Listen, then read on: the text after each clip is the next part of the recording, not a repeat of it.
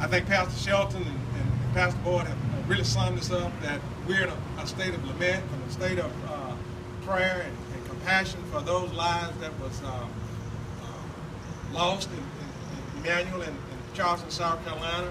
And he gave you a little bit of the history, and when you think about the manifesto of the young man that committed the killings, you know, it's heartbreaking and all of those things. So Mission Mississippi is here today specifically to talk about how a Christian ought to respond, how a Christian ought to act in during times like this.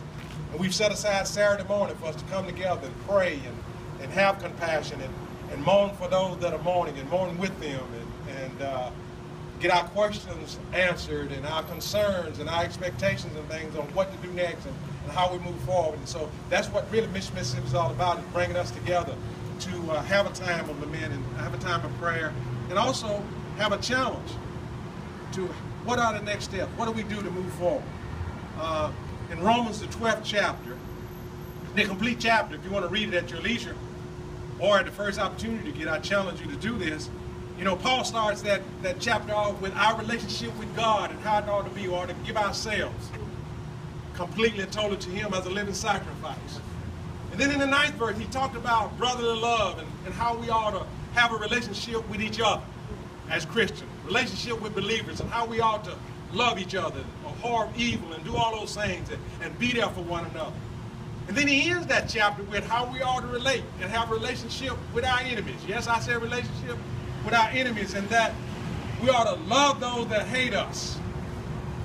We ought to do good to those that do evil to us.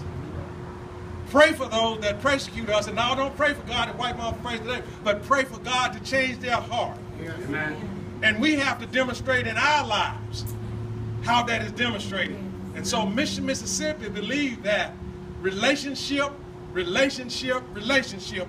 recently, before this happened, I recently wrote an article for our newsletter, and the title of it was relationship.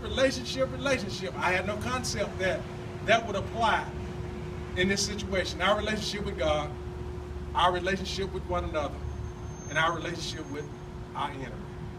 Too often at times like this, we react. And many people don't understand the difference between reacting and responding. I just want to help you with that this morning, in that a reaction is my action based on the action of another. Typically, I would not have that reaction if it hadn't been for the action of the other person. Responding to it is that I already know how to respond and I know what to do. I know how to forgive. You know, if I'm only going to forgive those that forgive me, I'm only going to love those that love me. I'm only going to reciprocate to those that reciprocate to me. Jesus had said, what good is that kind of love? So even the tax collectors has the ability to do that, the capacity to do that. But he says we ought to love those that hate us. And so I've heard the liberal response, I've heard the conservative response, I've heard the Republican response, I've heard the Democrat response, I've heard the black response, I've heard the white response. But the people in South Carolina and Emmanuel Enemy Church had the right response.